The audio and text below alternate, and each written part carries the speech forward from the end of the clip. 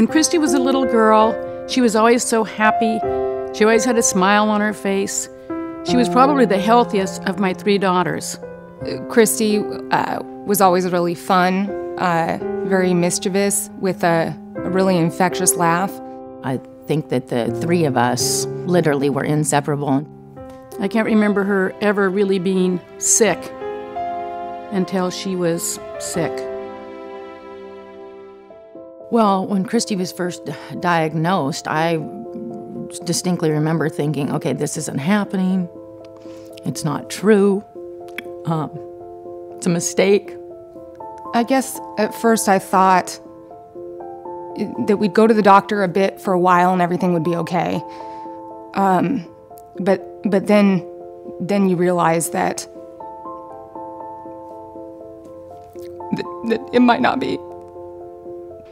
Well, she has paroxysmal nocturnal hemoglobinuria, which is an autoimmune disorder where your body kind of attacks your red blood cells.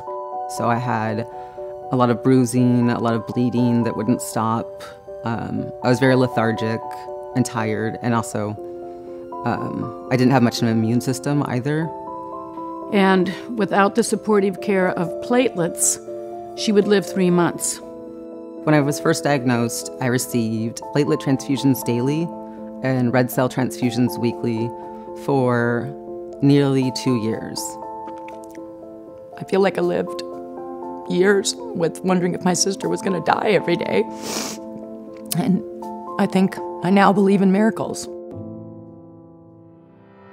The average life expectancy with PNH from diagnosis is 10 years, and I've had PNH for 24 years. Christy has outlived anything that we ever thought she would live, which is a special gift. I have run 5 marathons and countless half marathons. I hiked to the top of Mount Vesuvius. I have also snowshoed on Mount Rainier on New Year's Eve. I have traveled through Europe. I've done just normal things that I wouldn't have been able to do without your blood. She's an inspiration not only to us and our family, but really to everyone who knows her story.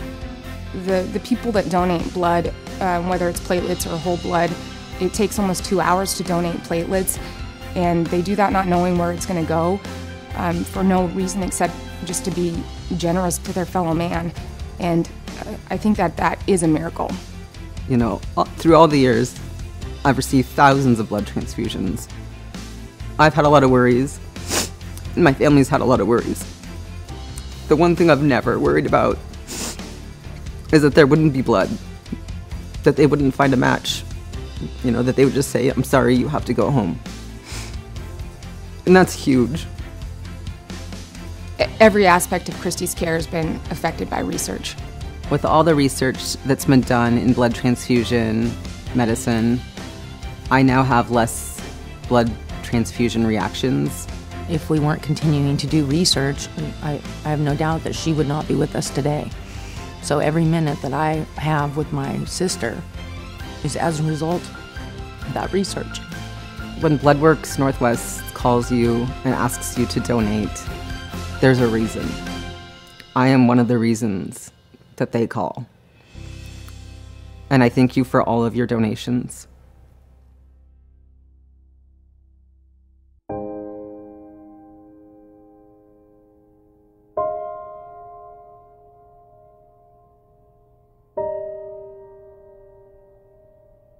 Grace was a mixture of everything. She was a ray of sunshine to those who needed comforting. You know, she could be a girl's girl when it was time, and she could hang with the guys too, because she has 2 brothers. She knew how to get in there and bully them a little bit, and somehow skate free most of the time. Gracie was the baby of the family, always getting us in trouble. Our little tattletale. Our first fear with Grace's health was the beginning of summertime. She was getting nosebleeds, and a few months later, we started noticing these bruises all over her legs, and they were unexplained. Gracie, how did that happen? And she told me, I don't know, Dad. I don't know how that happened. Grace was tired, had been really tired that summer. And August 21st of 2011, I checked on Grace, and she had red rash all over her arms and her legs. And the part that caught my breath were what I now know as petechiae right under her eyes. And I remember looking at my husband saying, whatever we have to do, she is going to be seen tomorrow. We were able to be seen by our doctor the next day. And within about 13 hours, I got a phone call from our pediatrician.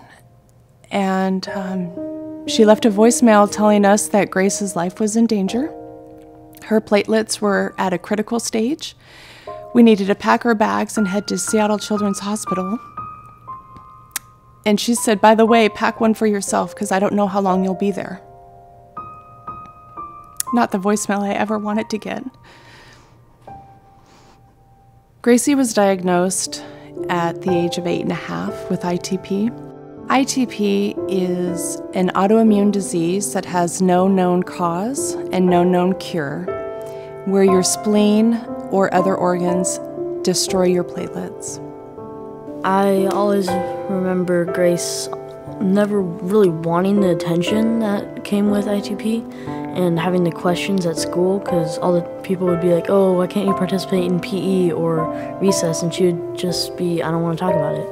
She was crying one time because her friends are going on a bike ride, and because of her low platelet count, she couldn't go out and enjoy the things that most eight-year-olds do. Gracie often felt excluded as much as we tried to include her. She turned to artwork. She wrote letters, started writing some poetry about goals. One of her biggest goals was to become a teenager. All 3 of her hospitalizations happened within 4 months from her diagnosis to her very rare complication and fatal brain bleed. The last day of Gracie's life, I climbed into her bed with her, and I gave her some butterfly kisses, and she gave me some back. About 45 minutes later, I'm downstairs talking to my mom, and I hear this horrible scream. And I run upstairs, falling, rushing to her room. She's just laying there still. What we didn't know, she had a brain bleed. She was already paralyzed from the neck down. The next call I got is from my wife telling me to get home right away, that Gracie had fallen to the floor and she can't move. Her last words were, "Daddy, what's wrong with me?"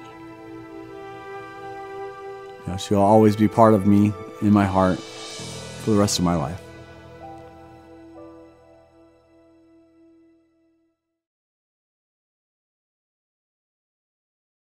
When I found out that BloodWorks Northwest focused on ITP research on a disease that has robbed me of my daughter, that it's in my own backyard, means the world to my family. I'm gonna donate blood when I'm 16, and I'm gonna continue donating blood until I'm 18, and then I'm gonna start donating platelets, and I'm gonna do that as frequently as I can, because I know how much of a need we have for the platelets. This tattoo is in honor of Gracie.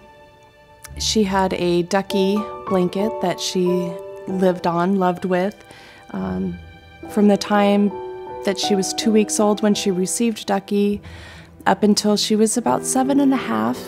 And she, like I said, she had always written notes and left them all over the house. And this is one note that she had written to me. I love you, Mama. And this is the arm that I donate platelets with. So every day that I donate, I know that someone's baby is getting my platelets. And they're going to receive the love that I have for my little girl. And it's going to help them get better. And it's going to help the memory of my daughter live on.